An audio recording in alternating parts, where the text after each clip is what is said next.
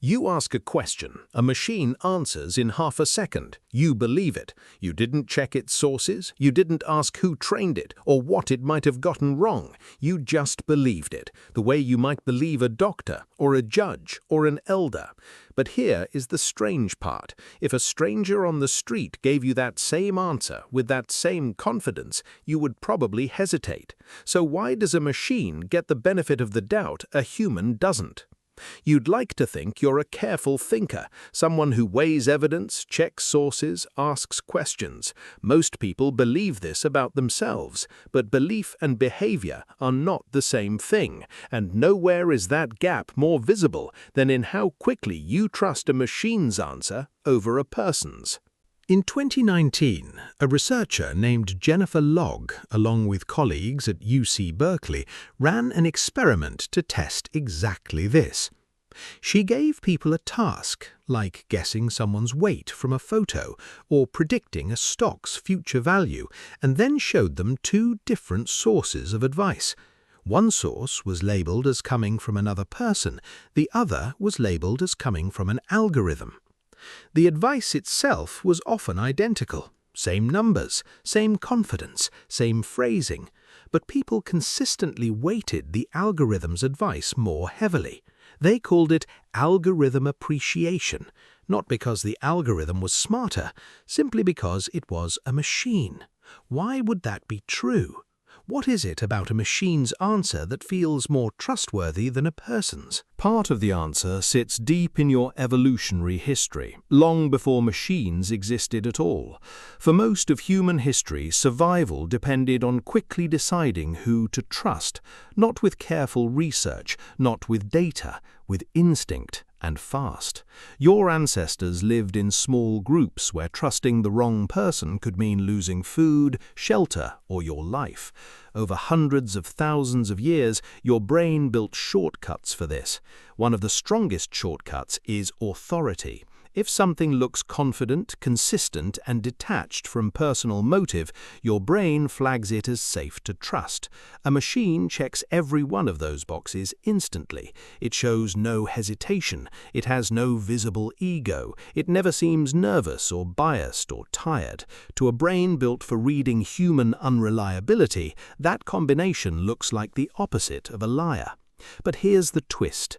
Machines are not neutral. They are trained by people on data made by people, full of the same biases, gaps, and mistakes people carry. The machine simply hides those flaws behind a calm, confident tone, and your brain, built to read tone as a signal of truth, gets fooled by the packaging. This isn't the first time in history your species has handed trust to something that looked calm, official, or authoritative without questioning it closely enough. In 1961, a psychologist named Stanley Milgram ran one of the most famous experiments in the history of psychology. He asked ordinary volunteers to administer what they believed were increasingly painful electric shocks to another person, simply because a man in a lab coat standing calmly nearby told them to continue. No weapon, no threat, just a calm voice, a clipboard, and the appearance of authority. The majority of participants kept going, past levels labeled dangerous, because something about calm, confident authority overrode their own doubts. Milgram wasn't studying machines, he was studying obedience. But the underlying mechanism is strikingly similar. Confidence, delivered calmly from something that looks like it knows more than you, quiets your own internal alarm bells. Now put a screen in front of that same instinct. Decades after Milgram, a researcher named Mary Cummings, who studies human interaction with automated systems, documented a pattern she called automation bias. Pilots, doctors, and operators trained to work alongside automated systems would sometimes follow a machine's recommendation even when their own senses told them something was wrong. In aviation, this has shown up in cases where pilots followed a faulty automated instruction over what their own instruments and instincts were telling them, because the system spoke with unwavering consistency. And unwavering consistency reads, to a human brain, as competence. Is competence the same thing as correctness? It is not, but your brain, most of the time, cannot tell the difference fast enough to matter. Think about how you use a machine's answer today. It rarely hesitates. It rarely says, "I'm not sure." It delivers a full paragraph in the same steady tone, whether the underlying fact is rock solid or quietly wrong.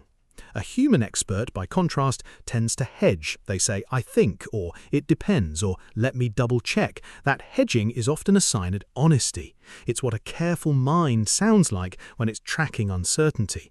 But your brain, wired by millions of years of reading confidence as a survival cue, interprets that same honesty as weakness. So paradoxically, the more honest a human is about uncertainty, the less trustworthy they can sound, while a machine that has no concept of uncertainty at all can sound like the most trustworthy thing in the room. This creates a strange new problem for you specifically, not some abstract future version of humanity, but you reading this sentence right now with a phone in your pocket that can answer almost anything in seconds.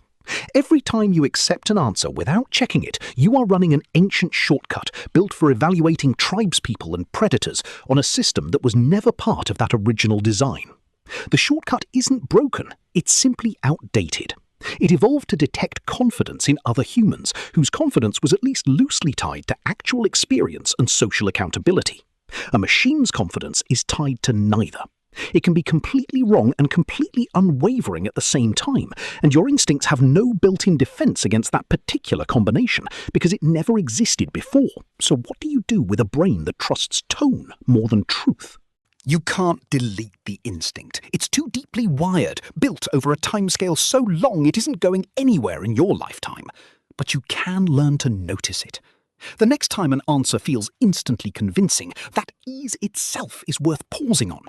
Not because the answer is wrong, often it isn't, but because the feeling of trust you're experiencing was built for a world of faces, voices, and social risk, not for a calm block of text generated in half a second. Trusting instantly used to be a survival skill.